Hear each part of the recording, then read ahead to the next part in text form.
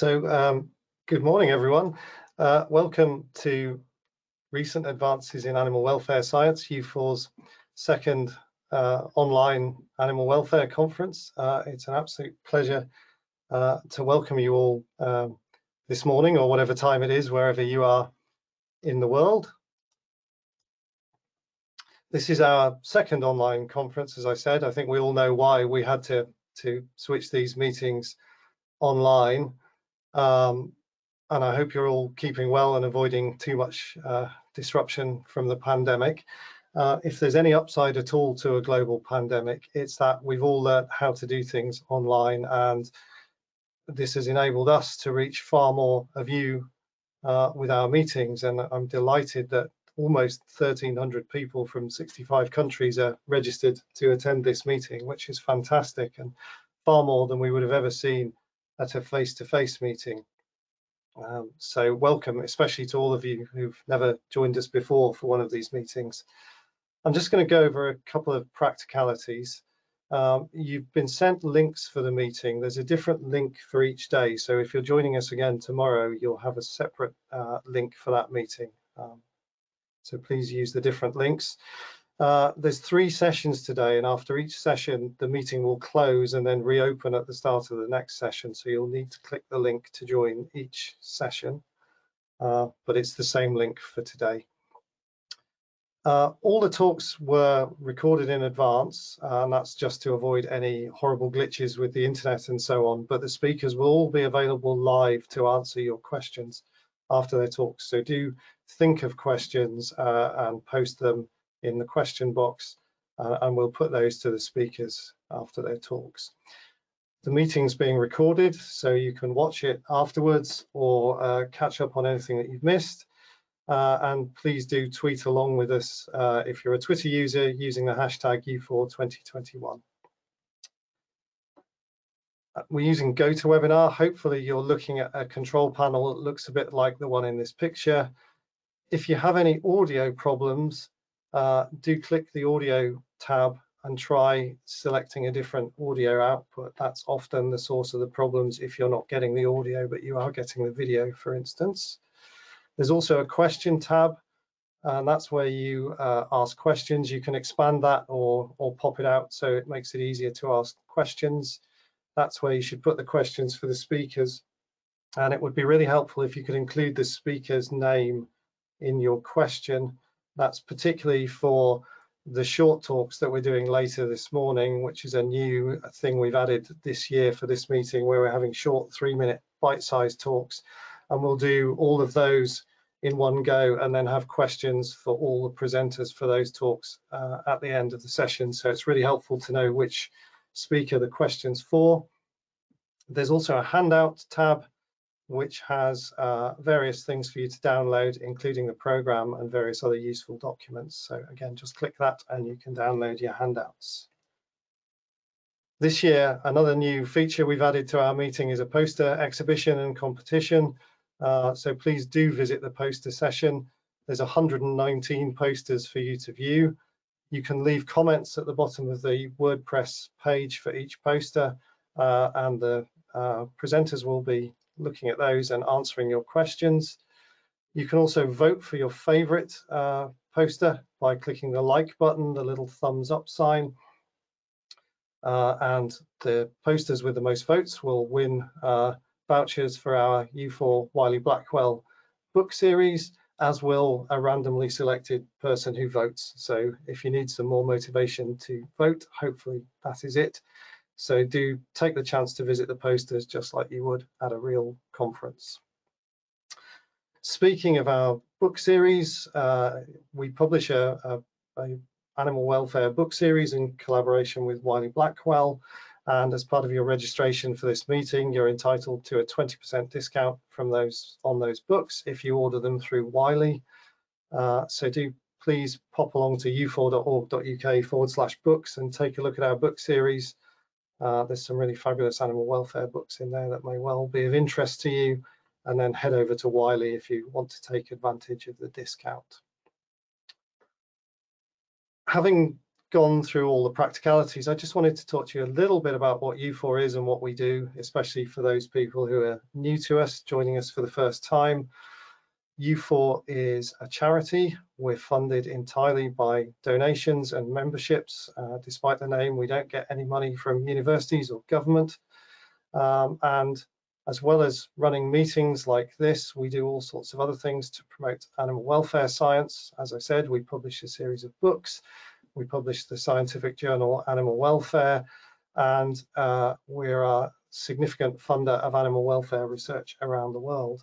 So please do have a look at our website if you're new to us and find out a bit more about what we do and how we might help your work in animal welfare, for instance. And because we're a charity, as I said, it would be remiss of me not to ask you to support us. We'd really appreciate your support to keep doing what we do. There's two ways really you can do that. You can become a member of UFAW, which both supports us and allows you to stay in touch with what we do. And we'd be delighted if you wanted to join. We really are the professional society for animal welfare scientists, so please do think about joining. Or you can simply donate to support our work. And we'd really appreciate that, especially to help us keep meetings like this one free. We've taken a conscious decision to make all of our online meetings free so that we reach the largest possible audience around the world. Lots of people who wouldn't be able to join us normally. And it would really help us if you could support us to keep doing that, because although this meeting is free, it costs us a lot of money to run it in terms of our staff time and providing software that can accommodate the large number of people who are joining these meetings. Lots of you have already donated when you registered for this meeting, and thank you very much indeed for those of you who did. It really is helping us spread the message about animal welfare science around the world. Next year, we are very hopeful that we can go back to running a face-to-face meeting in Edinburgh in Scotland at the Royal College of Physicians.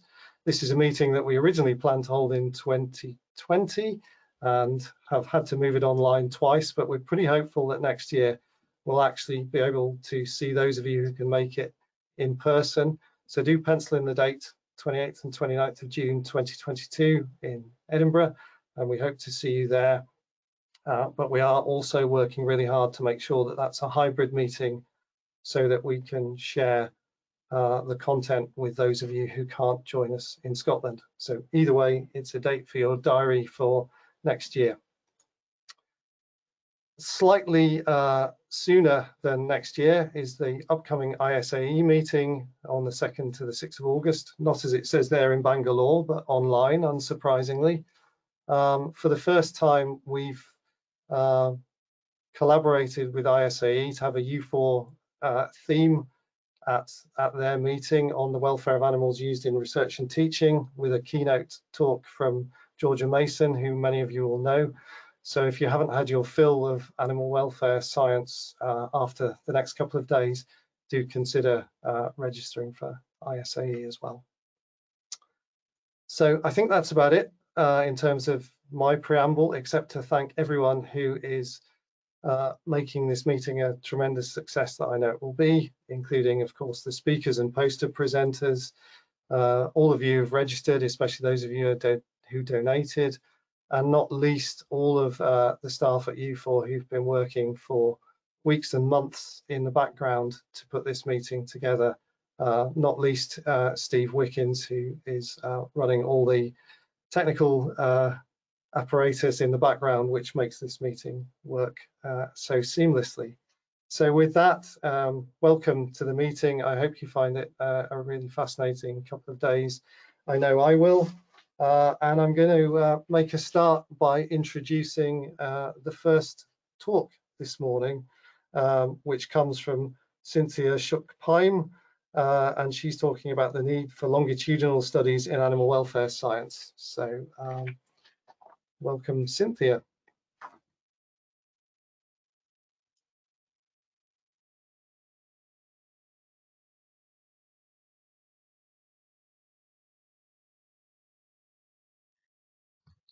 Good morning, and thank you for the opportunity.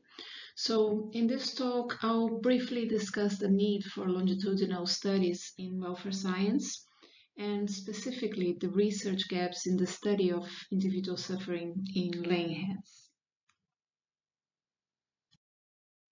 So pain and suffering are phenomena that unfold over the life of individuals, in the sense that it's at the individual level where states such as fear, boredom, frustration, pain emerge. Now, substantial progress has been achieved over the last decades in the understanding of many of the conditions, diseases, injuries, deprivations affecting animals, their risk factors, their prevalences, and so on. However, as I'll discuss in this talk, it seems that few are the welfare challenges, at least for some species, for which information about their effects at the individual level, so for example, clinical and temporal evolution of symptoms, healing times, rates of recurrence, is available. So over the past year, we have been working on a research project aimed at the description and the measurement of the negative affective experiences of hens in different housing systems, caged and cage-free systems, and their cumulative effect as a result of each of multiple welfare conditions. So naturally, the investigation of affective experiences and of course of other critical welfare questions requires studies that follow individuals closely over time so that we can know what happens to them, when, how frequently, associated symptoms, how long they last, how severe they are. And to explain the nature of the data we are after, I'll start by playing 4 minutes of a longer video, the part that explains our methodological approach, and then go on to discuss some of the research gaps we found. The second analytical pillar consists of quantifying the impact of each of these welfare challenges using a meaningful metric that reflects their effective consequences for the animal. To do it, we operationally refer to any felt negative state simply as pain and measure the time spent in 4 categories of pain intensity as a result of each physical or psychological challenge. Naturally, the difficulties to quantify the time an animal spends in pain are many, and mostly of 2 types. A. Difficulties of notation, which have to do with how best to describe the experience of pain as felt by the individual, and B. Difficulties of measurement, which reflect the challenges to assess the inner experiences of non-verbal creatures. To address the first difficulty and facilitate the description of the pain experience, we developed a form of notation that we call pain track. To see how it works, let us use first an example that is closer to us, the measurement of pain in humans by physicians. The pain track, like music notation, uses time as the organizing axis of information on the pain experience. In this visual framework, intensity is on the vertical axis, from annoying to excruciating. Time runs along the horizontal axis.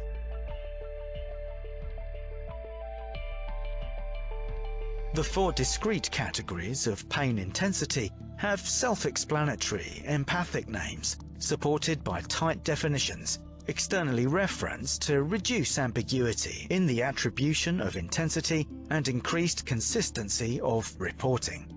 Still, physicians might prefer to make the uncertainty about pain duration and intensity explicit. In this case, they can attribute probabilities to the intensity categories and uncertainty ranges for durations. The time spent at each level of pain intensity in the pain track provides a quantitative and comparable metric of the cumulative pain experienced by a patient during 1 or more clinical episodes. This approach can also be used to describe the experiences of pain endured by animals. For example, nearly every laying hen kept in modern egg production systems will experience at least 1 fracture of the keel bone during her life. Using the pain track, existing knowledge and hypotheses for the intensity and duration of the pain associated with such a fracture can be organised and made explicit. In this pain track, there are 5 time segments corresponding to the main healing phases following a keel fracture that heals properly. Each healing phase, in turn, is associated with a range of possible durations. Now, time is relatively easy to measure, but how to determine the intensity of the pain felt at each of these phases? In this framework, the attribution of intensity to pain is based on existing evidence from multiple disciplines. For example, in the case of bone fractures, evidence is robust that at the point of fracture pain should often be of a disabling intensity. For example, from a neurophysiological perspective, a high intensity is expected given the dense innervation of the surface of the bone and surrounding tissues in closely related species. From a behavioral perspective, given observations that the fracture disrupts substantially attention and engagement of the fractured animal in other activities. Pharmacologically, because strong doses of painkillers are needed to alleviate the symptoms, and from an evolutionary perspective, as intense pain is needed to ensure the reduction of movement needed for healing and protection from further injury. If pain intensity is similarly estimated at all phases, from the moment of fracture until there is no pain, it is possible to add up the time spent in each intensity category and determine the total time in pain of each intensity that an individual sustaining a fracture of this type experiences. The use of time in pain as a universal metric enables comparing and combining the cumulative load of multiple and diverse negative events experienced over any period or lifetime, and at the populational scale, determining the welfare footprint of different production systems or animal-sourced products. So the use of a common metric, time in pain or time in a negative affective state, enables combining and comparing experiences of very different nature. So for example, in the case of hens, it's possible to weigh the impact of behavior deprivations in cages against potential changes in injury risk or disease risk in cage-free settings. And the approach, particularly the pain track, also enables organizing existing evidence into hypotheses for the evolution of the pain caused by each condition. And in this process, knowledge gaps become very explicit. And these gaps, these uncertainties, can also be incorporated in the estimates. So criticisms and feedback of the hypothesis put forward will enable constant improvement of the result as well as further research. So for each of the housing systems we investigated in this project, we examined some key welfare challenges, particularly those likely to be affected by the transition from caged to cage-free systems. So keel bone fractures, injurious packing, deprivation of highly motivated behavior, reproductive diseases, the harms associated with population and transport, and so on. All methods, the results, and a longer discussion of the gaps we found are available in this book, Quantifying Pain in Laying Hens, which is freely available at the project's website. So in the next slides, I will present some of the gaps we came across. So one of the conditions investigated was egg peritonitis. It's the most prevalent production disease in laying hens and the leading cause of mortality. And yet there's very little research on this disease with not even a clear definition for the problem. Different authors call it different things. So it all starts with the presence of egg material in the peritoneum or the oviduct, which may evolve either to sepsis or to a long-standing inflammation of the peritoneum, which we call chronic peritonitis. Now, the studies conducted so far have been focused predominantly on necropsy findings, and we couldn't find any investigation of the clinical course of the disease in poultry, just reports by backyard keepers, or the duration of the stages or respective severities. Same case for prevalences and case fatality ratios. And there's also very little research on the symptoms and time course of sepsis in poultry. And all this uncertainty is reflected, for example, in the pain track for chronic peritonitis. Has very wide uncertainty ranges for the duration of the different phases, and as well for the intensity attributed to the different phases. Now, considering that this is likely associated, particularly the case of sepsis, with extreme levels of pain, as based on research for other species and even for humans, and the neurophysiological mechanisms involved in this case, future research on this topic could be extremely beneficial.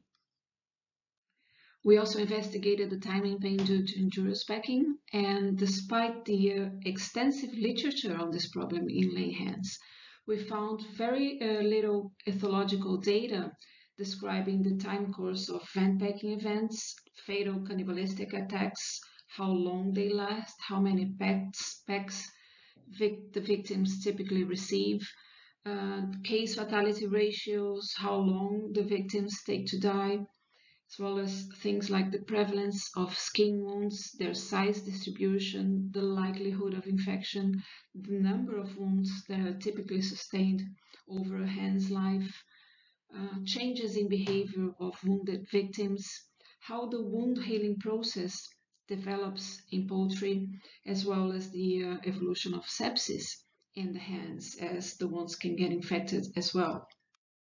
We also found a number of gaps in the evidence available for gill bone fractures, particularly regarding the acute phase immediately following a fracture and the nature, timing, prevalence, and recurrence of gill fractures in caged environments in commercial settings.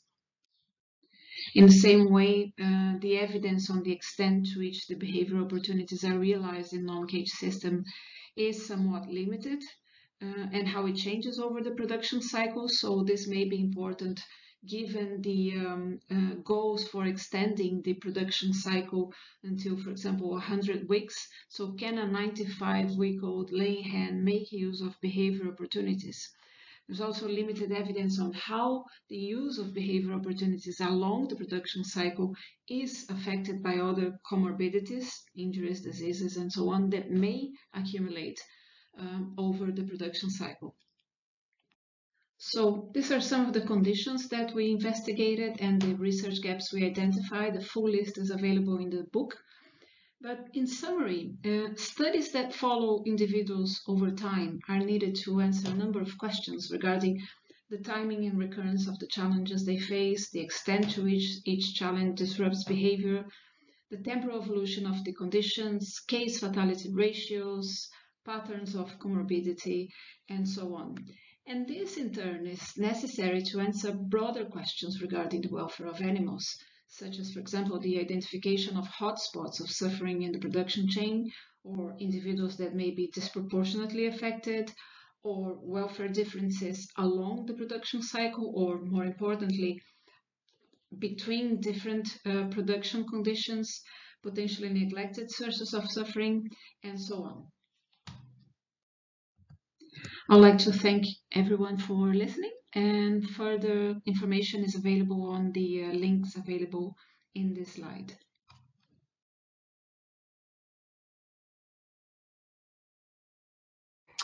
Okay, thank you, Cynthia. Hopefully you can join us to answer some questions on your talk.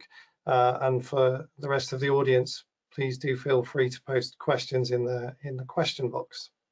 Cynthia, can you switch your camera on? Yes. Hi, welcome. Fantastic. So thank you for your talk. That was really interesting and a really good case for the need for longitudinal studies. I've got a question from Heather Browning in the audience, and she's asking, how are the measures quantified given that the pain categories are ordinal? How is duration weighted against intensity when, for example, comparing a short duration at high intensity against the longer duration at lower intensity? That's a very interesting question. Thank you, Heather, for this. So there's actually currently no way to mathematically integrate intensity with duration. We don't know, for example, how long an individual would be willing to sustain an intermediate level of pain as compared, I mean, how he would trade off an intermediate time, like some time in intermediate pain against a few minutes in excruciating pain. So perhaps these categories are not even comparable. You would never trade off any amount, you wouldn't sustain any amount in excruciating pain for how long it was in let's say, annoying pain or hurtful level of pain. So because we don't want to make assumptions in this method that cannot be empirically based or that are not sound, what we did was to have as the final results the time in pain in each of the categories of pain intensity. So we have the time in pain in the lowest level of pain, in annoying pain, time in pain in hurtful pain, and so on. We don't integrate these levels. And in the end, we have for each welfare condition, be it like a behavioral deprivation, keel bone fracture, and so on, we have time in annoying, hurtful, disabling, and excruciating pain. And we don't integrate them because this would require making assumptions for which the data is not available. If one day we have data on the mathematical equivalence between these categories in terms of time, and in human research, global health research, sometimes these assumptions are made. And it's a major discussion. We come from the field of global health. So if one day we can make these comparisons, the trade-off between the categories, then we have the data to do it and we can integrate it later. But for now, we think that it's best to have evidence that it's empirically sound and it can be discussed in a biological basis. I hope this answers your question. It does, thank you. There's one here from Mike Toscano, who's asking, how would the score be affected by modifications of behavior, for instance, reduced activity or movement following fractures? Because it would be interesting. How would the score be affected by modifications of behavior, for instance, reduced activity or movement following fractures? Okay. Because it would be interesting to balance the pain index against loss of opportunity to access resources. Exactly. So what we do, I understand that by score, you meant like time in pain in the different levels of pain intensity due to keel fracture, and how this would be affected by like a reduction in the use of behavioral opportunities. So what we do is we use different levels of evidence and different types of evidence to reinforce the hypothesis about the duration and, in this case, intensity of pain. So if there is evidence that behavior is substantially reduced after a fracture, then it reinforces the idea that pain is of a higher intensity because it is taking priority over the use of behavioral opportunities. So the animal is not engaging in those behaviors. So this is evidence to say that, okay, it's more likely that the pain is of a higher intensity. I don't know if that answers your question of if I didn't understand it right, Michael. I'll let you know if Mike comes back to us. Thank you. In the meantime, one from Jean-Luc Rout. Welfare doesn't only include negative but also positive experiences. How can you take that into account, this buffering or helpful effects of positive experiences which might counteract part of the suffering? Excellent question as well. So what we do is we are mostly focused on negative experiences, and he's right, we don't measure the timing in positive affective states. That said, we do measure the frustration arriving from the lack of positive welfare. So, for example, if a laying hen is unable to build a nest, or to forage and explore the environment, or to dust bathe, or if a pig is unable to play, then if this causes any degree of frustration, and we analyze it if it does, with the various metrics, that behavioral, neurophysiology, and so on, then this counts as time in psychological pain, time in a negative affective state that is more diffuse, is of a mental nature.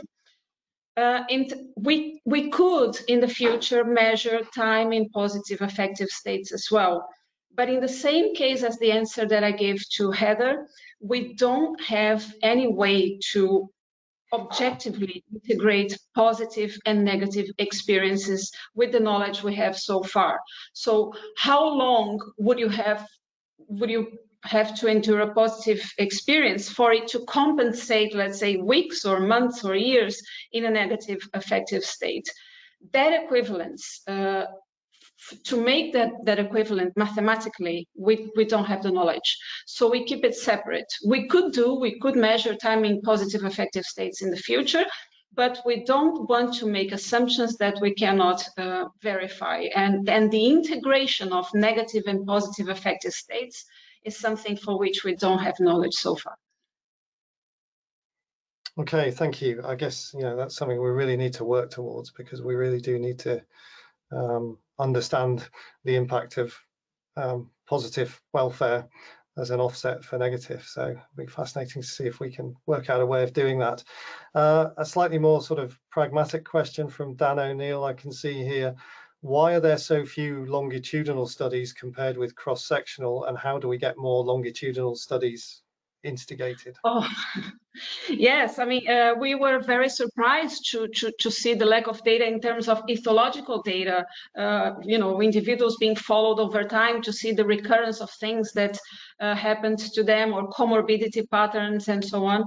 And I think it's a question of focusing research efforts to measure, you know, behavior, welfare at the individual level, not at the flock level, not at the group level, or not that these other measurements are not important. They are very much important, but this area, I think, is really lacking.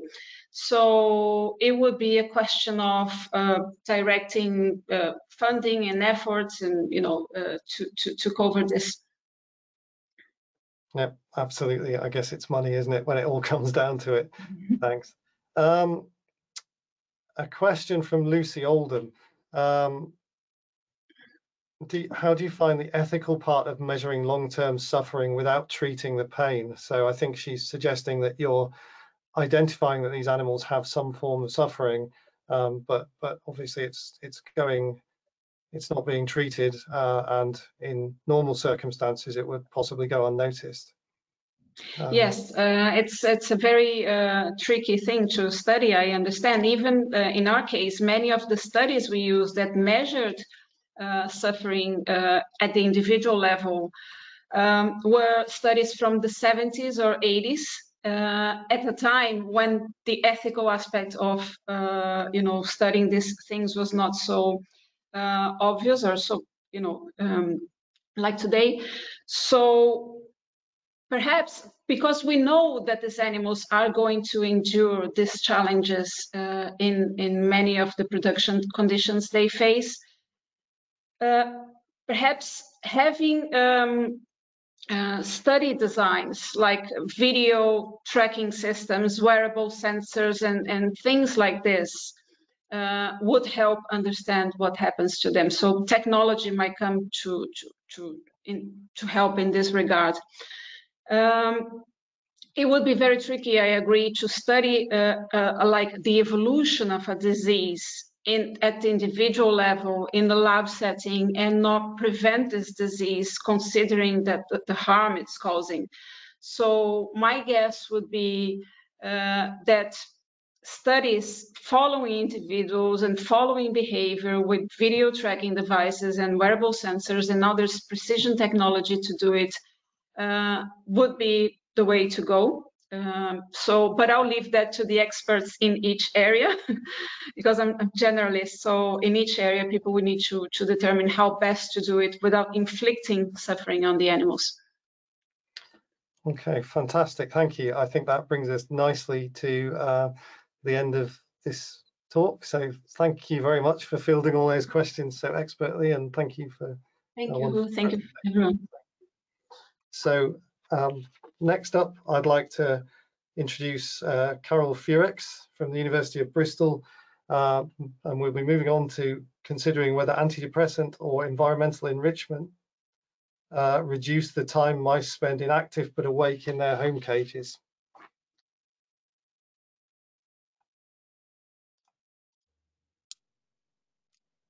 Okay, so hi everyone, my name is Carole. I'm the PI on that project, and today I'm presenting on behalf of Anna, the postdoc on the project, because she could not make it and sends her apologize. And so we will tell you about our research, which is about testing the hypothesis that greater level of waking inactivity in the home cage in mice could reflect a depression-like condition. And particularly today, we will focus on curative factors. So we all know that housing conditions strongly impact on animal welfare, and mice prefer larger, highly enriched cages compared to relatively small barren cages. They are even willing to pay a cost to access to that type of housing. And we know this is associated with better functioning, both in terms of behaviors and in terms of physiology. On the other hand, these fairly classical shoebox cages, we know that they trigger a number of things, but what we care about for today is that they trigger greater time spent inactive but awake, that we call ABA, in the home cage during the active phase in mice. And the affective, so welfare state, which are associated with this greater level of waking inactivity are not that well understood to date. And our hypothesis is that it might even reflect a depression-like condition. So why depression? Well, because we know that in human beings, clinically depressed people are typically more inactive than non-depressed people. And we also know that chronic stress plays a major role in triggering the onset of the illness, particularly in vulnerable people. And if you think of what I was telling about in terms of housing condition, classically, the standard shoebox cages are comparatively more stressful than the larger, highly enriched cages for the mice. Furthermore, thanks to further research, past research, anyway, you got it. Thanks to past research, we know that greater level of ABA positively correlate with immobility in forced swim test, which suggests a link with depression. And the Canadian group working on that behavior has recently shown that it's associated with changes in sleep and changes in weight, which are two other symptoms of depression in human beings. So the goal of our project is to comprehensively test this hypothesis that greater time spent ABA in the home cage could be a marker of a depression-like condition in mice. And to do that, we have adopted a translational approach. So this is a very classical model of depression. And according to that model, you would have an initial organism, so a person, and that person, because of genetic predisposition and or exposure to early life stress, would turn into a so-called vulnerable organism. And if later in life, the vulnerable organism is exposed to stress, then that person will be more likely to turn into a pathological organism, so to develop the symptoms of depression. And if you have therapeutic agents which are working efficiently, then it will remove the symptoms and the organism will go back to the stage of being vulnerable, which is okay because when you are vulnerable, you are not ill. And so our approach is that if greater time spent ABA in the home cage in mice reflect a depression-like condition, then it should share with human clinical depression symptomatic similarities. It should be caused by the same factors which are causing depression in human beings, and it should also be cured by therapeutic agents which are curing depression in human beings. And as I mentioned earlier, this is what we will talk about today. So we will test the hypothesis that greater level of ABA will be reduced by antidepressant and or by environmental enrichment. So in terms of method, we had 72 C57 black cis and 72 DBS female mice, which were 21 to 28 days old at arrival in the laboratory, and they were mixed strain pair housed in the following condition.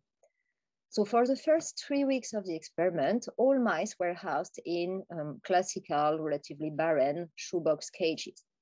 And the reason for that is that that's because that environment is triggering ABA, and therefore we wanted to trigger the behavior to be able to cure it later. Then after 3 weeks of treatment, the mice were as follows. So this one were the control group, and they were kept in the same environment. This one were moved to larger, highly enriched cages, so they are the environmental enrichment treatment. This one were provided with a pharmacological treatment, which is in our case venlafaxine. And this group was the one having the combination of the two treatments to see whether that would magnify the effect or not. So we went for venlafaxine, and why did we went for this one? Well, first, because from the literature, it has been shown to preclinically reduce symptoms of depression in rodents, and that's also a very classical antidepressant to treat human clinical depression. So that was the first reason. And the other reason is that we collaborate with a group in Bristol, and they have shown that you can administrate that drug to the mice via diluting it in an appealing solution for the mice rather than having to inject it. And because the treatment is chronic, in terms of the welfare of the mice, obviously that was really important for us to be able to get them drinking it from a syringe instead of being injected. So here is a little video clip, which is working, of a mouse being given. So I have to admit, I don't know from that video whether that's a placebo or the drug, but that's not really a concern because we had like 100% of the mouse which were absolutely highly cooperative, as this little fellow on the video, to drink from the syringe. And of course, at the time the drug or placebo was administered to the mice, the person who was holding the syringe was blind to the content. So that was a main block of the experiment, I would say. And we also took the opportunity to add a few groups in terms of pilot investigation, because Anna has been presenting at a UFAW conference actually a couple of years ago, the result that if you house the mice in highly enriched cages and you move them to barren cages, then you will get even greater level of inactive but awake behavior. And so we wanted to see whether providing these mice moved from enriched to non-enriched cages with venlafaxine would actually counteract and prevent such a rise in ABA. And in all of the conditions, ABA was recorded as the mouse being motionless with muzzle inside and eyes open for at least 3 seconds. And we were recording using live scan sampling during the active phase, switching to 3-second focal observation when required to identify the ABA behavior. The observers were blind to the environmental adjustment to happen or that took place earlier. So basically during the first phase, they didn't know to which group the mice will be allocated. And when they were observing during phase 2, they didn't know from which group the mice were coming from.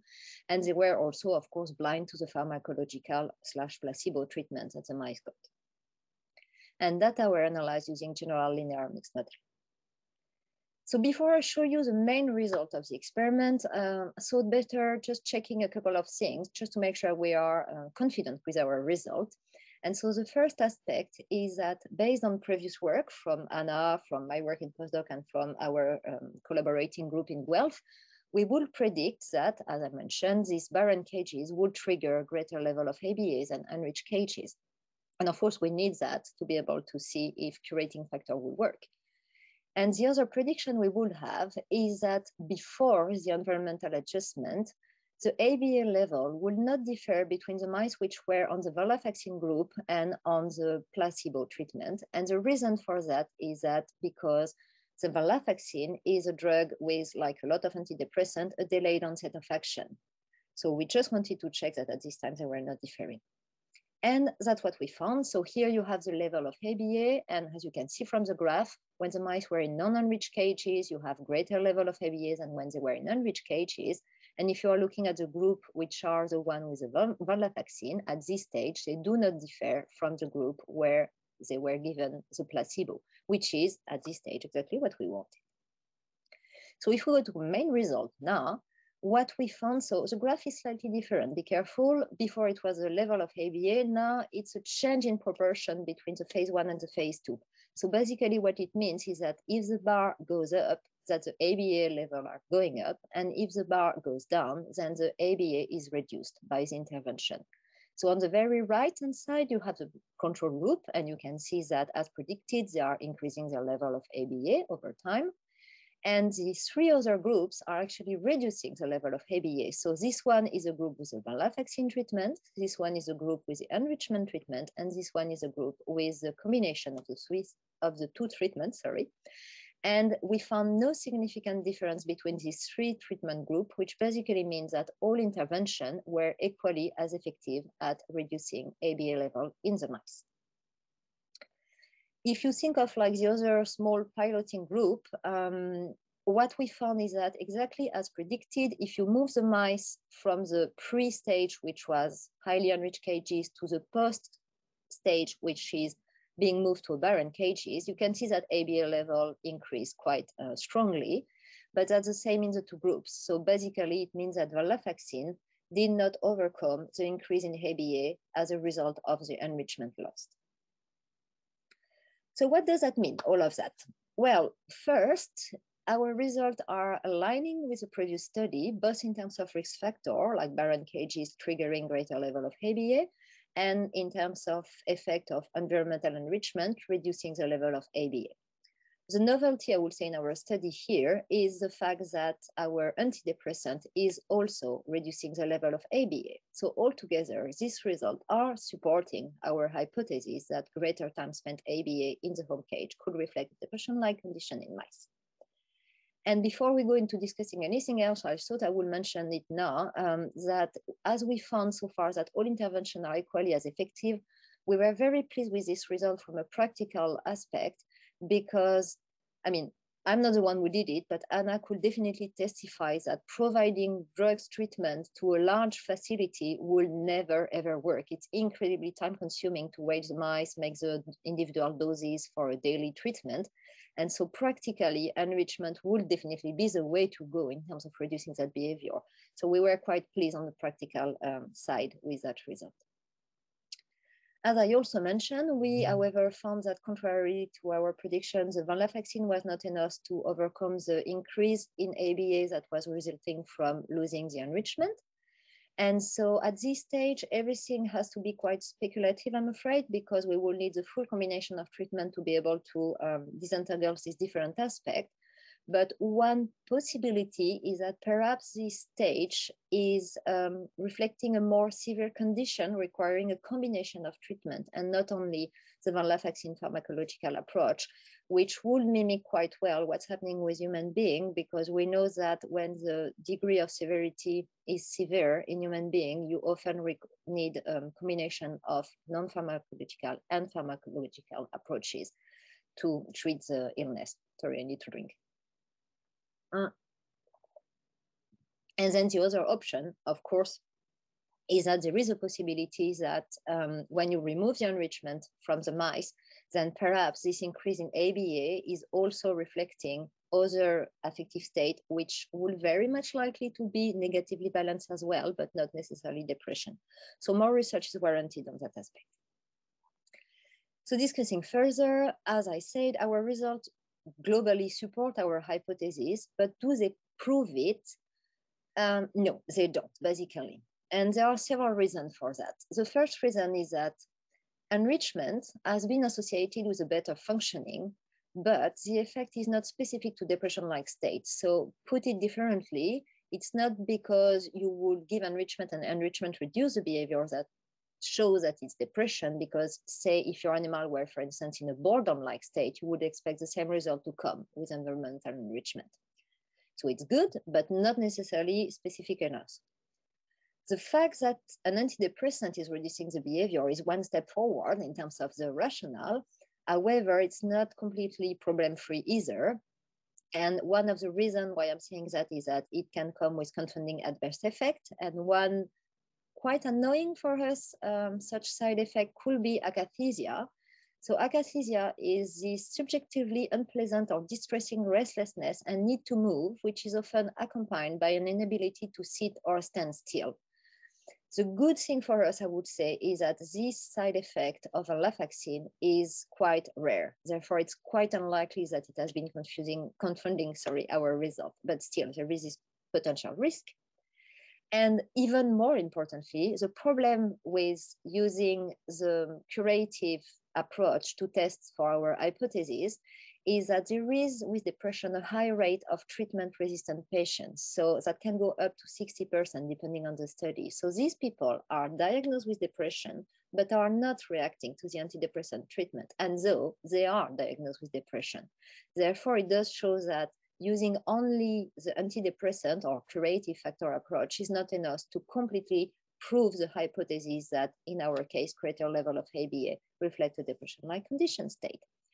And to go further into this investigation, what we need to do is to go towards the correlation with symptom side and basically check that greater level of ABA do predict a range of symptoms which are similar to the symptoms you will find with depressed people.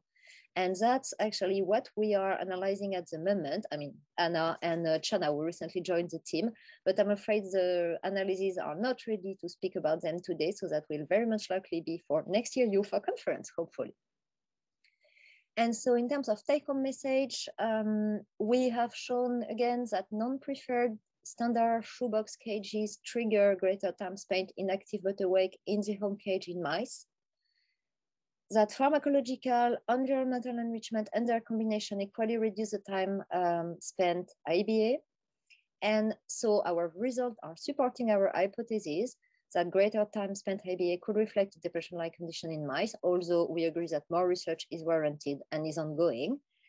And to finish, I would like to thank all the people who work with us on that project, especially this lovely team who helped us administrating the drug during the weekend, Emma Robinson team who advised on how to deliver the venlafaxine in a refinement-friendly way, our great animal service unit team, and of course the founder. And thank you for your attention. And if you have any questions, I'm very happy to take them. Thank you.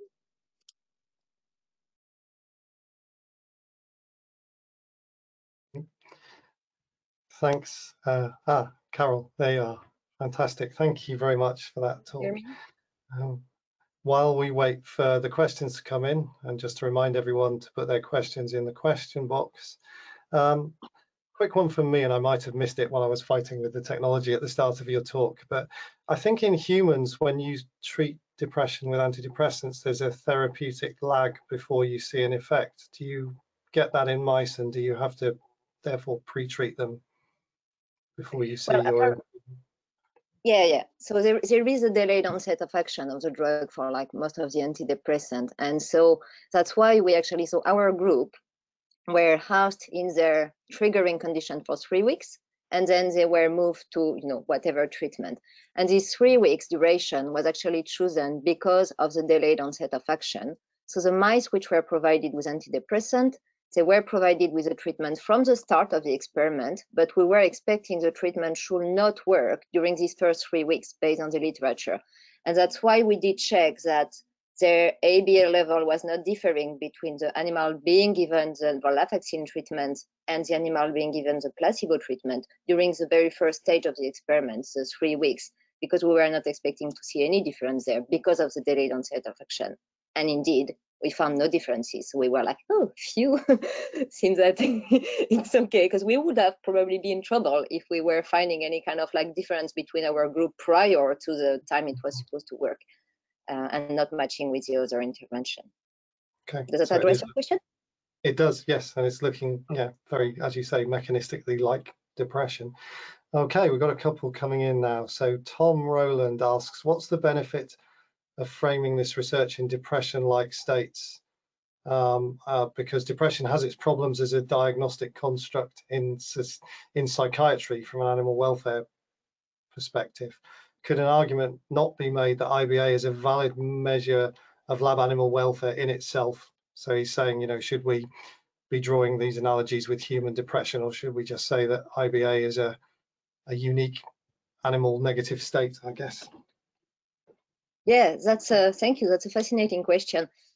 I would say the idea of framing this depression-like condition framework around investigating that behavior is that because, as I was saying, there is some like similarities with the human depression, and we need to crack on somehow. So stepping forward, I would say, what I really care about in terms of my research is inactivity. So what does inactivity mean in an animal welfare perspective? But the problem is that you have like plenty of specific forms of inactivities, right? And these specific forms of inactivities are triggered in very different contexts, and some of them are very much likely to be associated with highly different affective states, some of them being actually on the positive side, although we do have much less validation as pretty much everything else in the field, right? Positive is a bit less explored than negative at the moment. And other forms will very much likely be associated with negative affective side, but like probably different affective state, like a pain associated inactivity, kind of boredom, kind of collapsing. And part of this like potential candidate for this specific form of inactivity is a depression-like condition. And so the idea is that you need to start somewhere when you are investigating. So that's why we are testing that hypothesis. We are not saying though that ABA is necessarily, greater level of ABA is necessarily only depression. We are testing for that hypothesis. If it is, then I think, don't get me wrong, I do not want at all to get discipline conflicting. I want discipline to work together hand by hands. But I have the feeling that because of all the side effects we can have with depression in human being, if we can actually show to a community beyond the animal welfare, so I'm thinking of like a lot of biomedical research and a lot of research which might be applied, you know, they do care about the welfare because of the 3 R's, but the welfare is not their main business. If we can actually prove somehow that there is a relationship between greater level of this state and a depression-like condition, considering all the consequences it might have for their biomed research, I'm hoping that we will walk even closer together towards improving the condition for the mice. So I hope that addresses your question. I agree with you, diagnostic depression in human being is a tricky Pandora box, and perhaps we did not put ourselves in the easier situation to see if we could do that in animal. But yeah, I hope the rationale behind makes sense. Happy to take a following question if it does not. It does to me, and of course, you know, I mean, we can't actually prove animals suffer pain either. But I think you're right that using the term depression in some cases does make your argument quite strongly. And of course, the other thing I suppose is we relied on animals to develop these drugs in models of depression. So absolutely, I guess like logic there, but I think it makes sense in this yeah, case. it's a bit tricky. We got recently a student collaborating coming from a very different field, and he was very confused in terms of like, but do you want the mice to be depressed or do you want the mice not to be depressed? Because right, for like a specific part of biomed research, then there is also another potential interest for them that we might have like a more clearly a more spontaneous and a more like better validity if we were to prove that it is depression-like condition, which we are not yet at this stage, then that might be of interest for them as well. But for the rest, the vast majority of other mice, we would rather get them in housing condition, which is not triggering that behavior if it does reflect depression-like condition. And that follows nicely into the next question I was going to ask you, which comes from Helene van der Weerd, who was asking, what are the implications for medical research if all the lab mice in standard cages are depressed? Well, I mean, I'm not a biomed researcher myself, and I will be absolutely incapable of telling you exactly the detail of how this depression-like state could interact with specific mechanism in terms of biological functioning. But I think we can all agree that that's probably a problem because you do have like modification in terms of like potential immune system functioning with depression, and how you would process, sorry, I'm missing the word in English, how your metabolism will process a drug can vary and so on. So that would definitely have conditions. So I think it's one of the situations where honestly we should not even try to fight against each other, but rather we all agree, I'm sure, that we would rather not have animal in that state for biomed research, and us on the welfare point of view, we would not have them either. So absolutely. I mean, I think there's bound to be manifold impacts on biomedical research. I mean, you can imagine the basic ones, like there must be metabolic changes if you're just inactive lots of the day, and even that is fairly fundamental, I would have thought, to a lot of biomedical research. So yeah, absolutely. Well, thank you. That's we're running short of time. There are more questions than I can ask you, I'm afraid. You can email me, people, that's fine. Thank you very much. Yeah, thank you, and thank you for a really great sort of talk which advocates really strongly for provision of enrichment for all of our lab animals. Thank you, Carole. Thank you. So let's move on now to our next talk from Winfried Otten from the Leibniz Institute in Germany, who's going to talk about hair cortisol levels in pigs and cattle, the effects of long-term stress and potential confounding factors.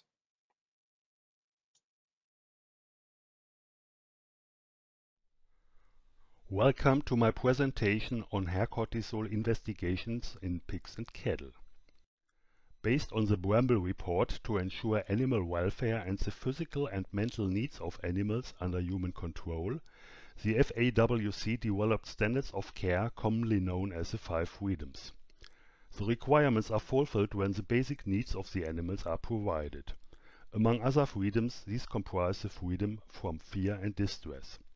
Thus, the assessment of stress is an important component in the evaluation of animal welfare. The HPA axis is a central component in the organism's response to stress.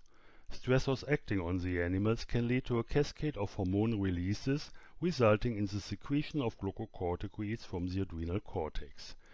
These trigger various adaptive physiological responses and mediate a negative feedback. The most prominent glucocorticoids are cortisol in most mammals and corticosterone.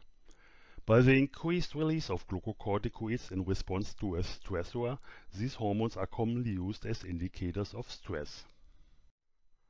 Cortisol can be determined in different matrices, usually in blood, saliva, urine and feces.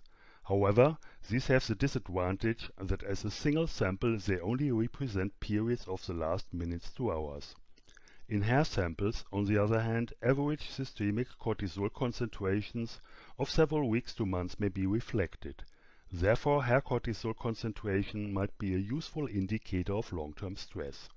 Furthermore, the shaving of hair is minimally invasive and less stressful, and there is no interference of results by the sampling procedure itself. Cortisol in hair is relatively stable and thus allows easy storage of the sample material. The hair consists of 2 main parts. The hair shaft is located above the skin and the hair root located underneath. At the proximal end of the hair root, the so-called hair papilla, blood vessels enter the hair. There is a 3-phase cycle of hair growth comprising an active growth phase called anagene, a transition phase catagene and a resting phase telogene, after which the hair is shed and the cycle restarts. The hair papilla is supplied with blood only during the anagene growth phase, which is why this stage is the most important for the incorporation of cortisol. During anagene, the main mechanism for the incorporation of cortisol is the diffusion from the blood. In addition, small amounts of cortisol can be produced in the hair follicle cells. Incorporated cortisol is then shifted outward with the growing hair. Body fluids such as saliva, urine, sweat and sebum also contain cortisol. Contamination with these fluids can cause cortisol to be accumulated on the hair surface. Thus, a washing step is required to remove this confounding cortisol prior to analysis. Elimination of cortisol from the hair shaft can be caused by extensive washing with water, exposure to UV light or hair care procedures. The overarching hypothesis of our project is that long-term stress associated with activation of the HPA axis lead to increased incorporation of cortisol into the hair. Thus, the objective of our work was to investigate and evaluate hair cortisol concentration, in short HCC, as a biological indicator of long-term stress in pigs and cattle, and to identify potential confounding factors. There were only few studies on HCC in farm animals when we started the project. Thus we performed a literature review on the general use of hair cortisol in animals to identify potential influencing factors and lacks of knowledge. Based on these findings, we conducted a series of studies to investigate certain non-stress related factors that might affect HCC in bovine and porcine hair. In all experiments, the standard procedure for cortisol analysis was as follows. Hair samples were shaved with electric clippers and samples were washed with isopropanol, dried and pulverized using a ball mill. Subsequently, cortisol was extracted with methanol and analyzed by an enzyme immunoassay. Statistical analysis of the data was performed by SAS using the mixed procedure and Yuki-Kramer tests. For the investigation of non-stress related factors, hair samples were collected from both species depending on different age groups, body regions, hair segments and hair color. In addition, hair samples were either exposed or protected from artificial sunlight, and samples were collected seasonally in summer and winter. Furthermore, samples were taken from animals of both sexes. This table shows the factors arranged in descending effect size on hair cortisol concentration. The results indicate that the greatest differences were found between age groups. Here, newborn animals showed the highest HCC, which is likely caused by increased cortisol levels during the late prenatal and perinatal period. Furthermore, tail hair, surprisingly distal hair segments, and black hair samples contained elevated cortisol levels. Light exposure reduced HCC, which is likely the reason why cattle that were partially kept outdoors exhibited lower HCC in summer than in winter. Sex showed no influence. After evaluating these non-stress related factors, the aim of our next studies was to investigate the impact of long-term stress on the incorporation of cortisol into the hair. For this purpose, we used an experimental model to simulate a stress period of several weeks. This was achieved by repeated stimulation of cortisol release by application of a retarding ACTH preparation. In both species, experimental animals received injections with ACTH and control animals with saline, each every 2 days over a period of 4 weeks. Before and after the treatment period, native and regrown hair samples were taken at 4-week intervals. For this purpose, 4 areas in the caudodorsal region of the animals were used. In area A, native hairs were shaved before the treatment and regrown hairs 4 weeks later at the end of the treatment. Then native hairs in area B were shaved and regrown hairs again 4 weeks later, and so on. In addition, hair segments of native hairs were collected after 12 weeks. To monitor the effectiveness of the ACTH model, additional saliva samples were taken for cortisol analysis. Before presenting the results in cattle, I illustrate the respective prediction for HCC at the different sampling times. At the beginning, growing hair still contains normal cortisol concentration. In week 4, a native hair sample should exhibit increased HCC due to the ACTH treatment and the hair growth. The theoretical section of increased HCC is shaded in red. However, this section has not yet completely grown out of the skin. By week 8, the entire section has grown out and should be contained in the hair sample. Thus, the highest HCC are expected around this time. Until week 12, there's regrowth of hair with normal cortisol concentrations, and a decrease in HCC in the sample is expected. The results found confirmed these predictions. The HCCs of ACTH animals are shown in green and of controls in gray. ACTH animals show an increase of HCCs according to the prediction, with the highest levels in week 8 and a subsequent decrease in week 12. In the samples that have regrown during the preceding 4 weeks, we also predict an increase in HCC at week 4. By week 8, no significant change in HCC is expected, as now only the second section of increased cortisol concentrations is in the sample. In week 12, normal cortisol concentrations are expected because all shaded sections have already been collected before. The results again confirm these assumptions, showing similarly elevated cortisol concentrations in samples of ACTH animals at week 4 and 8 and a normalization at week 12. We can conclude from the results in both hair types that the best time for sampling is within the period up to 4 weeks after stress. Studies in humans indicate that hair segmentation can be applied as a retrospective calendar of previous alterations in systemic cortisol levels.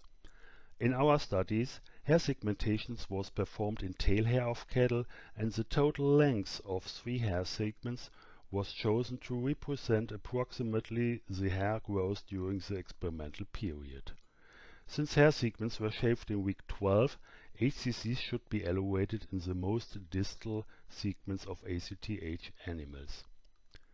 Supporting this assumption, we found a significant increase in HCC from the proximal to the distal hair segment in ACTH cattle, while HCCs in all segments of control animals remained unchanged.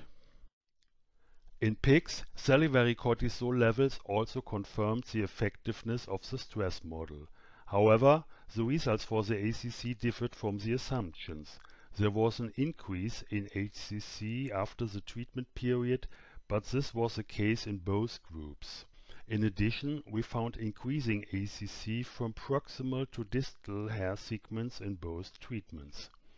It has to be considered that in the study animals were kept in mixed groups of both ACTH and control animals under conventional conditions. Urine and saliva also contain considerable amounts of cortisol. We therefore suspected that hair of control animals was contaminated with urine and saliva of ACTH animals containing elevated cortisol levels, which might lead to incorporation into the hair. To elucidate this issue, we conducted additional studies and examined the effects of contamination with body fluids. For this purpose, hair samples of both species were either repeatedly contaminated with urine, saliva, or feces of the same species, treated with water, or left untreated. In addition, to investigate the influence of a concentration gradient in cortisol concentrations, urine and saliva with high and low cortisol concentrations were used. Hair samples were wetted with 2 ml of the respective fluid for 2 hours daily over a period of 20 days and then processed afterwards according to the standard protocol. The figure shows the contamination and elimination effects of the different fluids compared to HCC in untreated control samples indicated by the black lines. It is clearly shown that hair contaminated with urine in both species exhibited significantly increased cortisol concentrations than untreated controls. And this was also the case with saliva in cattle. The higher the cortisol concentration in the respective contaminating fluid, the greater this increase. From the surprisingly higher HCC in distal hair segments, we also assumed that structural hair damage in these older segments, for example by natural friction, may lead to a higher incorporation of external cortisol.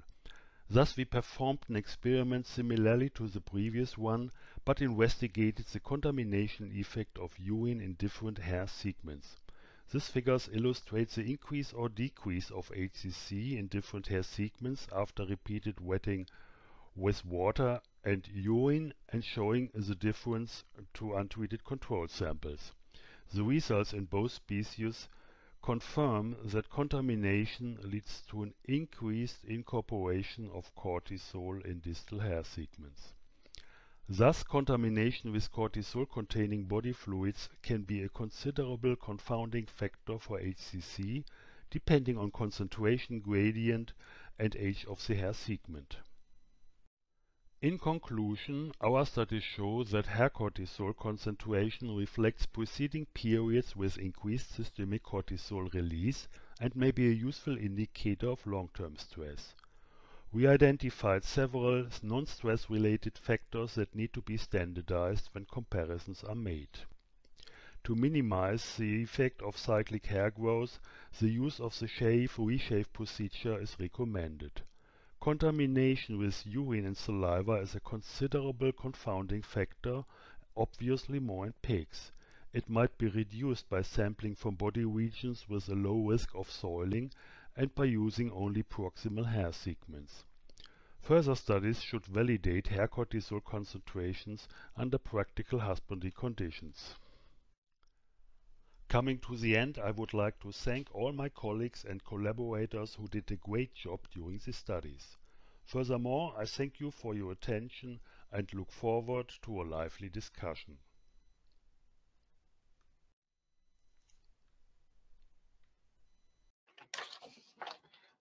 Thank you very much. That was fascinating and really interesting to see all the controls and confounds that are needed when doing these kind of studies.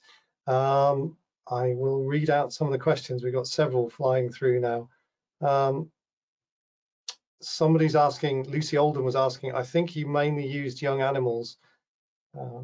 Scroll past my screen 2 seconds. Since dairy cattle are usually pregnant and or lactating, would the disruption to the hair caused by pregnancy and lactation affect cortisol detection? Yes, we standardized the time when we sampled the hairs from cows. So cows were only sampled during a specific stage of lactation. And one factor which is missing here is influencing factor of pregnancy or the reproductive cycle. And we still evaluating the data from the studies. We also did the investigations in pigs and cattle, but we can already say that there's an increase in hair cortisol concentration, a little bit delayed from the increase in systemic cortisol concentrations during late gestation.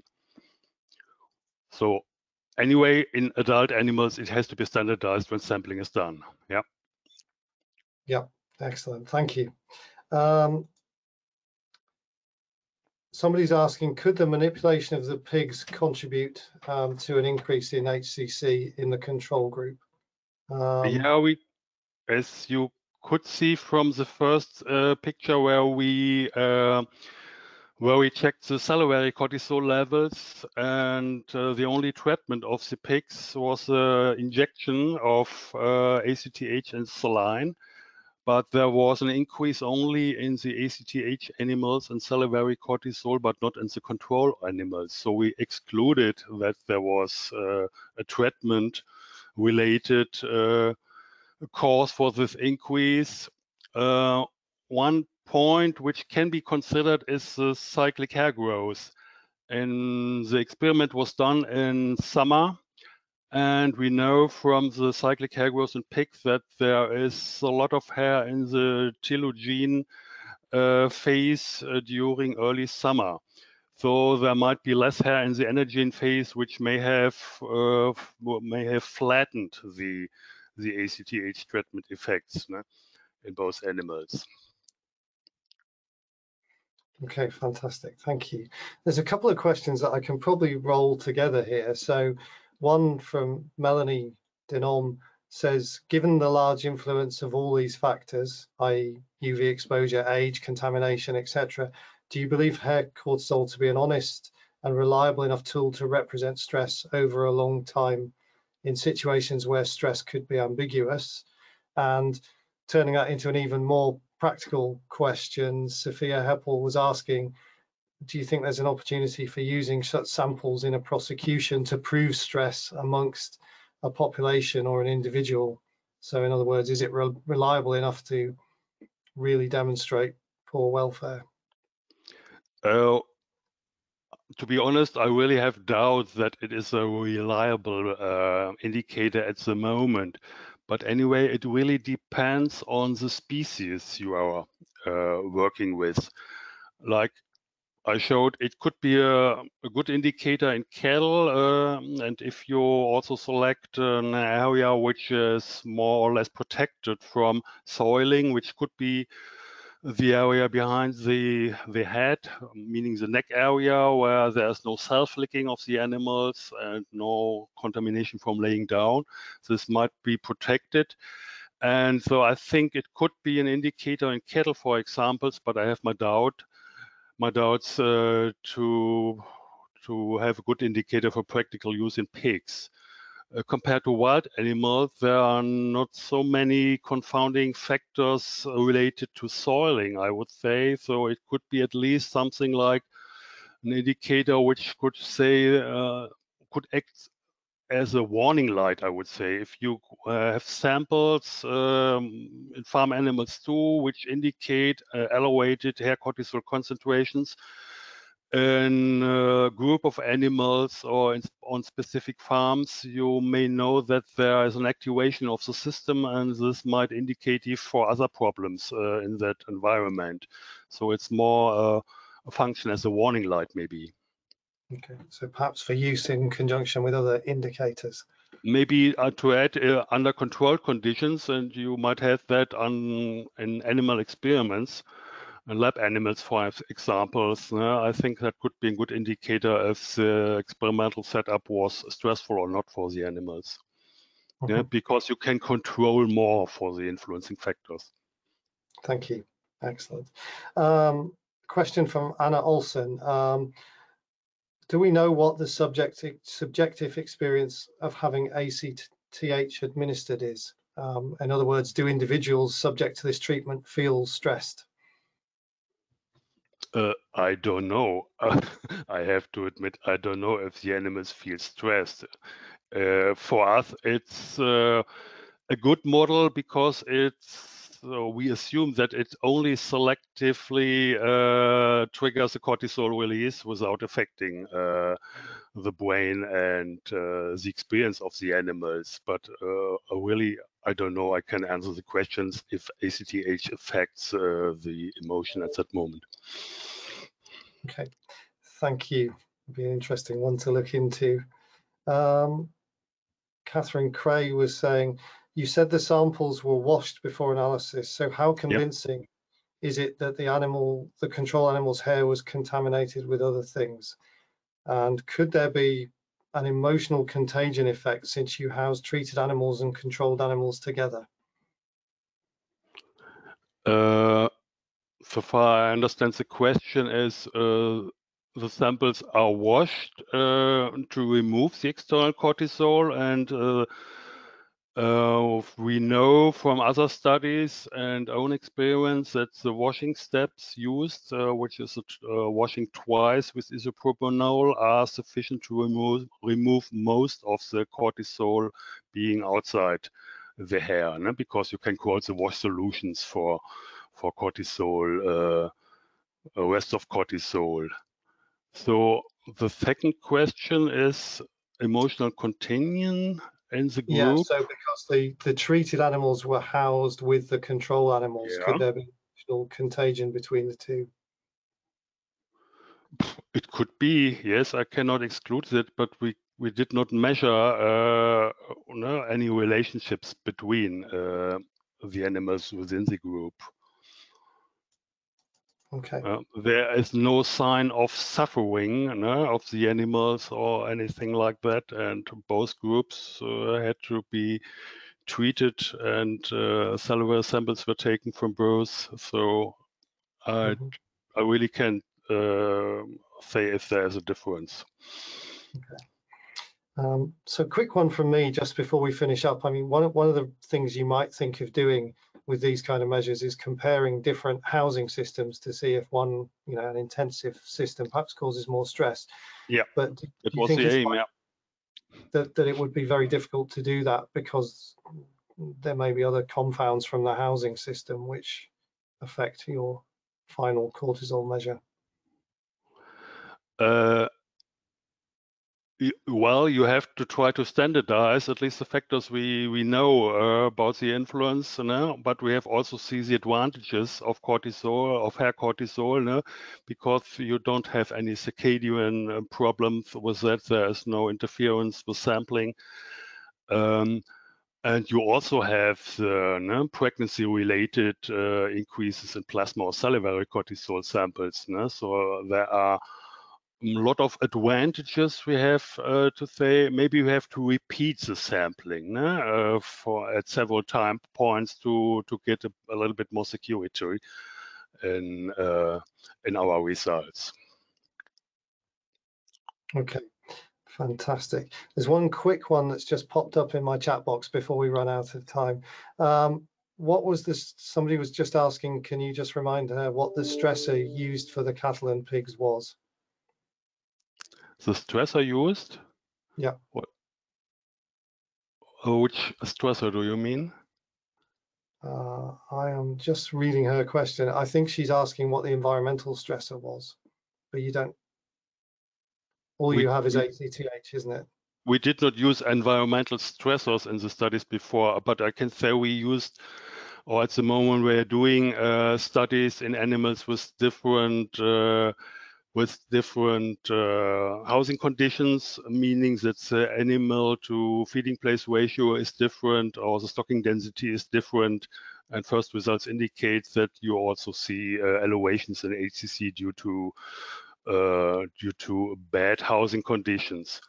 But the problem is you see also more soiling of the animals in that condition. So, well, it's hard to differentiate at the moment. Yeah. Excellent. Okay, thank you. That's really fascinating. I'm sure lots of people who've considered using cortisol will be fascinated by that. Thank you very much. So you're welcome. Thank you. So now it's time to move on to a new feature of our meeting for this year, which is a round of short presentations. So to increase the opportunity to present work, we've offered several speakers a short 3-minute presentation. So what you're going to hear now is 6 short presentations in a row, and then we'll do Q&A with the 6 presenters at the end of this session. So I hope you enjoy these ones too. Thank you. I'd like to thank the UFAW for inviting me to speak to you today about our research linking variation in maternal behavior in pigs to salivary oxytocin. During their domestication process, pigs have undergone strong selection pressures for greater productivity, which has resulted in a near tripling in average litter sizes at birth in domestic pigs compared to wild boars. While in some ways this can be considered a success, there's been surprisingly little research looking at the impacts of these selection pressures focused on productivity for maternal behavior and the welfare of sows and their offspring. This led to our research questions. We wanted to see if we could identify stable inter-individual variation in maternal behaviors during the lactation period in sows, and if we could link that variation to a non-invasive physiological indicator by measuring salivary oxytocin. And oxytocin is a neuropeptide hormone that has an important role for female reproduction and maternal behavior across mammals, and it's usually measured more invasively in plasma. Subjects were 11 sows housed in loose-furring pens at our institute, and we conducted hourly scan samples of sows regularly during their lactation, and we measured several maternal behaviors. Here we'll focus on nursing contact, which was any time that piglets were in contact with the teats. And we collected saliva samples from sows following each of their observations using saliva bioswabs. We also performed a biological validation by measuring salivary oxytocin in 11 other sows before and during their parturition. And all samples were extracted and measured via enzyme immunoassay in our lab. So first, our biological validation did confirm increases in oxytocin during birth in sows compared to 1 to 2 days before birth. You do see there's also a lot of individual variation, which is also similar to what's found when plasma oxytocin is measured during parturition. So we did find stable inter-individual variation in hourly nursing contact among lactating sows, which range from 4 to 40% of scans. So here on the graph on the x-axis, you have the proportion of nursing contact, and on the y, the salivary oxytocin concentrations. And different pigs are indicated by different colors and shapes. So you can see that some sows have relatively low nursing contact across the observations, while other sows have relatively high levels of nursing contact. And we did find that nursing contact predicted salivary oxytocin concentrations. So sows who had more nursing contact during their hourly observation also had higher salivary oxytocin concentrations following that. So in summary, we think there is a lot of potential to incorporate behavioral and physiological indicators of maternal care into breeding selection criteria, and that this could help to improve welfare for sows and their piglets. And we'd like to thank our funders, especially the UFAW, and thank you. The current research investigated if late cross-fostering affected sow behaviour and piglet weight gain in farrowing crates and pens.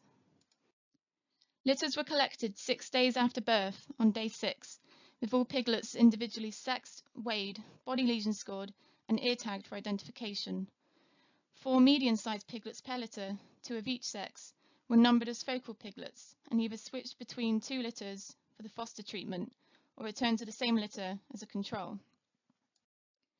Sow behaviours of interest were recorded continuously for 1 hour after litter reunion on day 6 and for 5 hours the following day on day 7.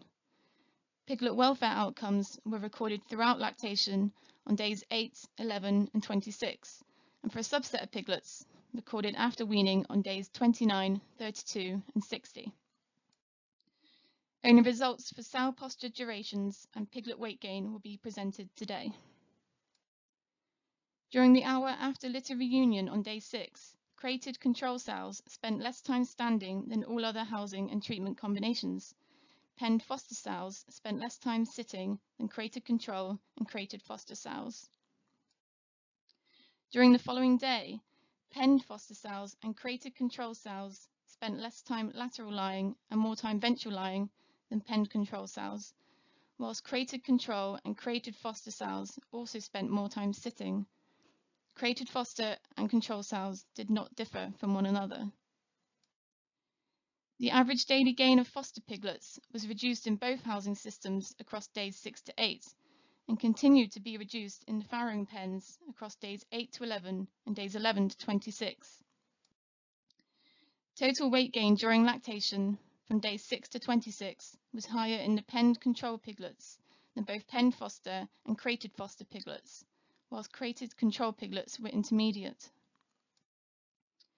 Total weight gain after weaning from day 26 to 60 was higher for foster than control piglets, and therefore their total weight gain throughout the experiment from day 6 to 60 tended to be higher.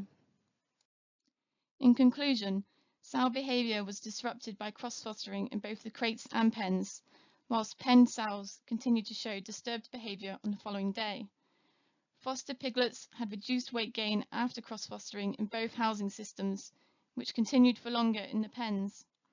The higher post-weaning weight gain of foster piglets meant that their total weight gain throughout the experiment tended to be higher than control piglets. Thanks to the farm and technical staff at Cockle Park Farm and to the Perry Foundation for funding this research. For more details, including further results, please see our open access paper published in Animal. In this short talk, I'll share some preliminary findings from our retrospective study investigating the effects of weaning age on hair loss or alopecia in female rhesus macaques at a group house breeding facility in the UK. By weaning, I refer to the separation of juveniles from their mother and natal group rather than nutritional weaning. This study took place at the Centre for Macaques, where individuals are group housed in either breeding groups containing one male, multiple female and their offspring, or weaning groups, which are groups of same-sex, similar-age monkeys. Alopecia is a prevalent condition in facilities housing non-human primates with many possible causes, and although some of its causes may not pertain to welfare, there are documented associations between hair loss and variables that do pertain to welfare, such as enclosure complexity and self-directed hair plucking. As weaning is a major stressor in the life history of captive infants, we wanted to test the hypothesis that a later weaning age will produce welfare benefits, and predicted that later weaning would be associated with less alopecia. To test this, we took advantage of historical records from health screens from 2009 to 2019, where alopecia was measured on a scale of 1 to 5, 1 being good coat condition and 5 being bald. We chose to only analyse nulliparous females, and we wanted to take females that had back-to-back observations where they remained in their natal group to act as kind of a control. This left us with 47 females. We also wanted to take all females that had observations either side of weaning taking place, and this left us with 43 females. So our final dataset contained observations from 90 females between 2 and 4 years old, and we then fit generalised linear models to the data to assess the impact of weaning on alopecia score, and for the weaned group the effect of weaning age on alopecia score, whilst controlling for effects of age and season. In this graph we can see that at the first health screen prior to any weaning there was no difference in alopecia score between both groups of females. At the second health screen, the females that were weaned had higher alopecia scores than those that remained, although all females appeared to lose hair between the two health screens. In the second graph, we can see that for the group of females that were weaned at the second health screen, a later weaning age is associated with less alopecia. To conclude, while we cannot identify the exact mechanisms by which these monkeys lost hair, the data shows some evidence that being weaned may be associated with more alopecia, and that a later weaning age may mitigate for the effect of weaning on hair loss. However, the historical dataset is not without flaws. For example, most health screens took place in the spring months, and we couldn't include males in our dataset. And this just makes it difficult to elucidate potential naturally occurring temporal patterns of hair loss and the effects of sex. So these preliminary findings of the retrospective analysis have highlighted the need to collect more regular data to elucidate the natural patterns, the effects of sex, and the longitudinal patterns of hair loss following a stressor. Lastly, I would like to thank the NC3Rs for funding this project, my supervisors at Newcastle, all the care staff at the Centre for Macaques, and thank you for listening. Laying hens frequently pile together and smother on loose-housed farms. A large survey from 2013 on British flocks showed that every second farmer experienced smothering and every fourth farmer reports high smothering losses.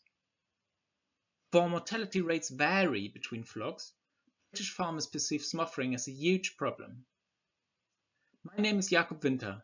I'm a PhD student from the Centre for Proper Housing, Poultry and Rabbits in Switzerland, and I'm a visiting student of the Royal Veterinary College in London. In my PhD project, I asked the questions why hens pile together and which factors could be related to piling behavior. Previous research on British flocks described piling and smothering as unpredictable. However, no study has monitored and described piling behavior on farm. And in this study, I described piling behavior on British flocks.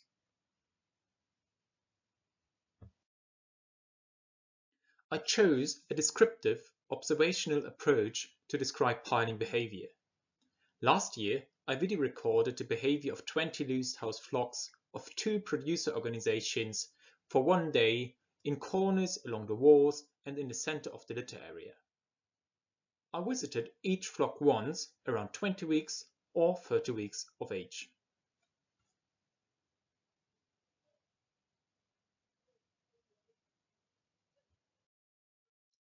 I defined piles as 3 or more hens standing in close proximity, mostly facing in the same direction. In the videos, I assessed various factors such as piling frequencies, triggers, and daytimes when piles started.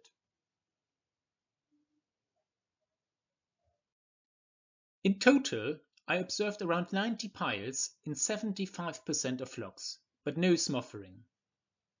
Interestingly, I observed most piles in the center of the litter area around noon. These piles were mainly preceded by high animal densities, for example when hens synchronously dust bathed. I also observed piles in the morning in corners and along walls, mostly preceded by synchronous floor nesting. My findings indicate that piling on British flocks could be related to an interaction of location and daytime. I thank my supervisors, my teams from the University of Bern and the Royal Veterinary College, and all participating farmers and animals. I also thank the Swiss National Science Foundation for funding my study. Thank you for your attention. Good morning, ladies and gentlemen. My name is Ayala Famakawa, presenting on size of enrichment material influences behavior of growing pigs. Rearing pigs in confinement greatly alter the natural behavior of the animal, causing agonistic behavior, and this behavior are redirected towards spermate and pen components. Therefore, environmental enrichment that allow pigs to express inherent behavior is needed. However, information on the size of enrichment that actually divide the attention of pigs from agonistic behavior is scanty. Therefore, this study was carried out to assess the effect of different sizes of saltwood on behavior of growing pigs. 60 pigs were allotted into 5 treatments of 3 different sizes of saltwood, the control treatment, that is without enrichment, and a combination of these 3 sizes in a treatment. Performance and behavioral parameters were measured.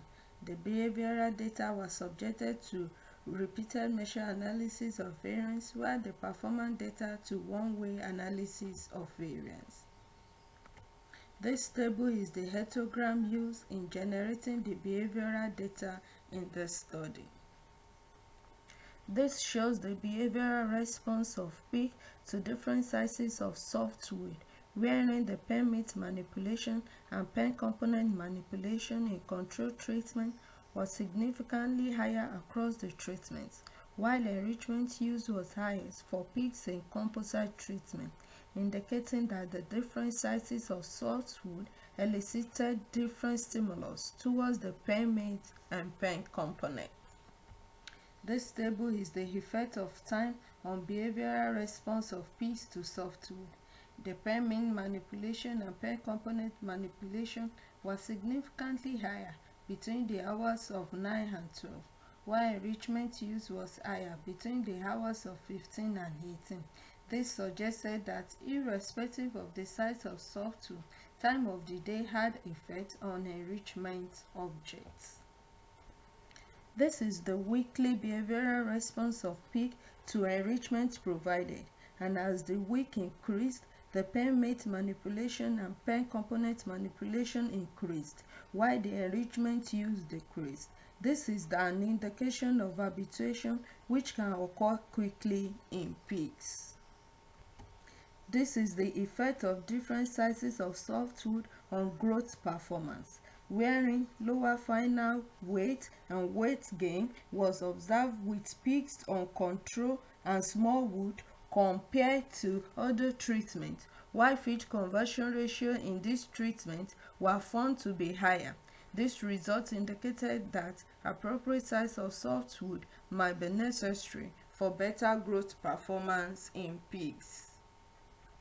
It can be concluded that combination of softwood of different sizes improved the behavioral response of growing pigs, and pigs in confinement interact more with enrichment provided between the hours of 15 and 18. These are some of my references. Thank you for listening. Hello, I would like to present our method for breeding colony size planning. First, let's consider a simple example where breeding two heterozygous mice with plus-minus alleles, and using the Punnett square we can determine the frequencies of each genotype in the litter. Thus, for example, the plus-plus pups will be born in 25% of cases, and so on. However, due to stochastic events, one cannot expect that in a single litter, say of 6 mice, exactly 25% of the mice will be plus-plus or minus-minus. Then, let's say we want to plan a breeding that yields 10 minus-minus pups. In that case, how many females would we need to breed? And another important question is how to breed less and still get a successful breeding. There are two strategies to do that. First is the Jackson planning worksheet, which is widely used and which works very well for large breedings or maintaining the colony. But it's not based on confidence, so the stochastic events are not well accounted for. They don't matter much for the large breedings, but for the small breedings they can have an impact. Another method is a textbook gold standard from Michael Festing. It was developed in the 1980s, and indeed it's confidence-based, so the more confident you want to be in a successful outcome, the more breedings you would need. But since in the 80s the data was really limited and the statistical knowledge wasn't as good as now, it tends to overestimate the number of breedings. To optimize that, we developed another model which is both confidence-based and relies on the modern mouse strain data, which predicts how many breedings you need to execute for a certain confidence in a successful outcome.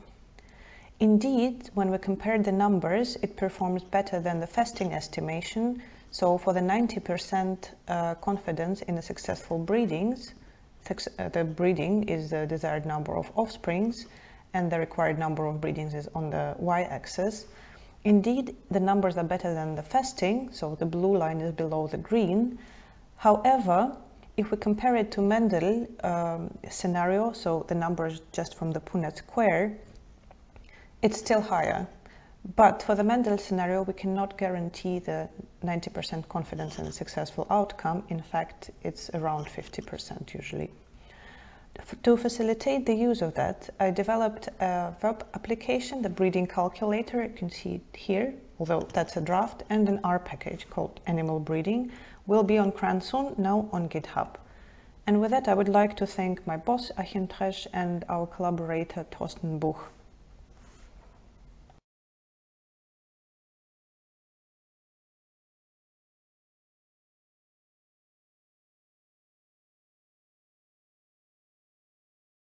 So thank you, all of you. That was quite a whistle-stop tour through lots of research. Thank you for condensing your research into such concise presentations. It was really fascinating. I'm going to start with a question that came through for Liza, and it was just asking if your paper's been published yet, because saliva is a relatively new sampling method for oxytocin, and they're really interested in finding out more, I guess. Yes, I'm also interested in having the paper published. You can see there on my background slide that you can check out the preprint on the bioRx archives. It's in review for a while now. I'm not sure what the delay is, but we hope to hear back soon. It's been in review for 2 months, so hopefully any day. But in the meantime, the preprint is there. Also, I can refer you to, it is a relatively new method, especially in farm animals, but I can refer you to a paper by the colleagues at Vet Med Uni. Jean-Louis Raul is the last author. I'm forgetting the first author right now, but there is at least one publication, 1 or 2 publications with validations of salivary oxytocin in pigs. And our methods are similar, although not exactly the same. Fantastic, thank you. I'm going to dart around a bit as the questions come in. We'll try and keep them in order, but it's going to be difficult. So I've got one for David. Could you speculate on what the mechanisms are for their hair loss? Do you have any idea? Short answer is no, simply because with the historical data set, we've just it's just from old records of monkeys that are no longer in the colony anymore, so we can't actually take any behavioural measures. So the record just notes that they had some hair loss somewhere, and that's it. Yeah, at a health screen that was done once a year. That's where it was noted. I mean, it could be potentially self-hair plucking or social hair plucking, so the monkeys plucking animals or over grooming, and there could be potential biological mechanisms. There's experimental evidence from urine hair follicles in mice. Sorry, there are biological mechanisms associated with hair loss and stress, so that's speculating. Okay, brilliant, thank you. So I guess sort of behavioural observations may provide you with some idea of whether it's plucking if you can keep a camera on them, and if not, you'll be looking for biological mechanisms. Thank you very much.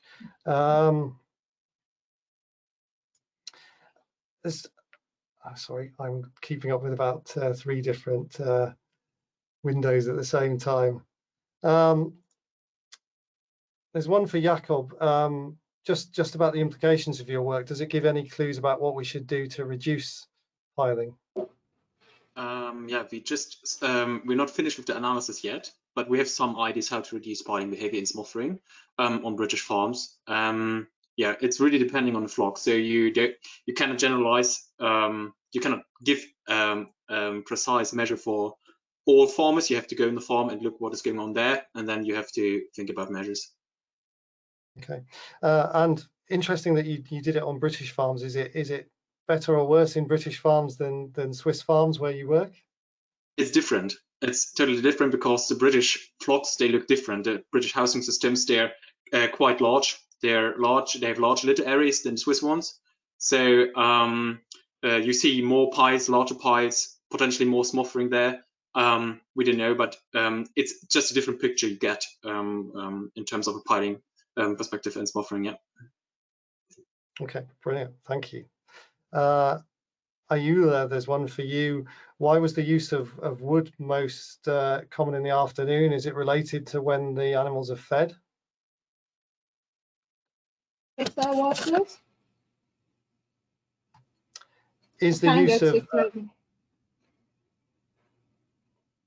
sorry, is the use of wood the use of wood was most in the afternoon? Is it related to when the animals are fed?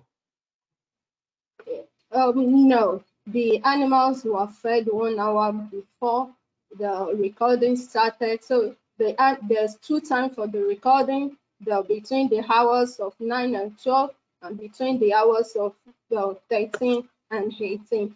So the animals were fed 1 hour before the recordings. So it's not, so the most of the feedings have been done before the recording started. Okay, thank you. And another one just come in for you. Did you also check the height of the enrichment or the depth of the enrichment? And did that make a difference, having wood closer to the ground versus hanging, for instance? The objects were hung from the roof to the shoulder height of the animal. So the measurement is from the roof to the shoulder of the animal, and so it's convenient for the animals to interact with the enrichment provided. Okay, so you just gave it at the best place for them. That sounds sensible. There's one for Vladislava there. Are the festing? Oh, is she? Maybe she's not. I'm here. Oh, sorry. Okay, I've got you off the corner of my screen. Asking whether the festing estimates were more accurate when they're created and when they were created, and that it's changes in strains that have made them less accurate. Or... No, it's the reason because they use the normal distribution, and you know when you model integers, so 1, 2, 3, 4, 5, normal distribution doesn't really fit. It's a continuous thing. But when you want to get many mice, because the statistics works like that, everything tends to be a bit more like normal. So the more mice you want to breed, the more likely it will be as Festing wrote. But no, it wasn't more or less precise back then.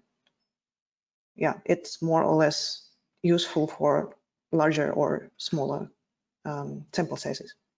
Okay, thank you. And just for those who aren't in the field, how big is the difference between different mouse strains? Quite big. So some of them, so there are 2 important parameters: the litter size, mean litter size, which can range, I don't know, from 4 to 10, even more sometimes, and the fertility. That's how likely the mice to give any pups after mating.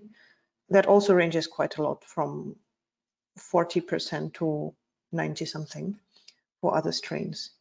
Okay, so it's very important to have strain-specific information. Yeah. Okay, fantastic, thank you. And I'm just seeing one come through for Rebecca. What are the implications for management practice of late cross-fostering? I guess from our study, it kind of showed that we shouldn't be doing it. It kind of has more damage than benefit from what we saw. But I guess if you had to do it, it would be with like larger piglets rather than the small ones, and then it would have less of an impact on their well, it will still impact their growth, but obviously they have more of a larger size, so it wouldn't be so damaging. But yeah, I guess there's a lot more research that needs to be done to make sure that we can like late cross foster in pen systems. So this was just kind of the start to see how much of an impact it had. And sorry, yeah, and it had a much bigger impact than we thought it would. I don't know if that answers the question. I think it does, yeah. So there's real scope potentially for using this for looking at improvements in future. I think we might have exhausted all of our questions. Do send more in if you've still got some. Aha, there's one just popped in actually. So this was for Vladislava again. Could we use the breeding calculator for other species? And what factors do you think might be important to check? Well, yeah, you could use it for other species. You just have to know the average litter size and the fertility. And to be honest, I don't know. So I'm not an animal expert. I don't know if there is any other important features for your specific species. Then it wouldn't be accurate. If fertility and animal and litter size is all you need, then yeah. Did I answer all of it, or was there something else? Yes, I think you did. Yes. So you presumably only ever use this for mice. I mean, I presume the obvious next stop would be lab rat species. Yeah, just for mice, we do it data-based. So we fitted the distribution and we know how they behave. For other animals, we didn't do that. And I guess the advantage you have with mice is a lot of data. Yeah. To fit, which may be a struggle for some species to get anywhere near as much data. Fantastic. Okay. Well, we might be ever so slightly early, but I think we have almost exhausted the questions for your short talks, unless, of course, you want to ask each other any questions. I haven't asked the panel, but otherwise, I think we might be heading towards the end of our questions. So we might head off for lunch about 2 minutes early, which is quite impressive considering. So I want to thank all of you for, again, condensing your talks into such a short time. I imagine that was really stressful. So thank you for getting the message over so well. And thanks to all our other speakers this morning. It's been a really fascinating morning. Thank you to everyone for posting questions. We're going to go for a break until 1:50 UK time, so that's just over 50 minutes from now. And when you come back, you will need to click the link again and reopen your GoToWebinar.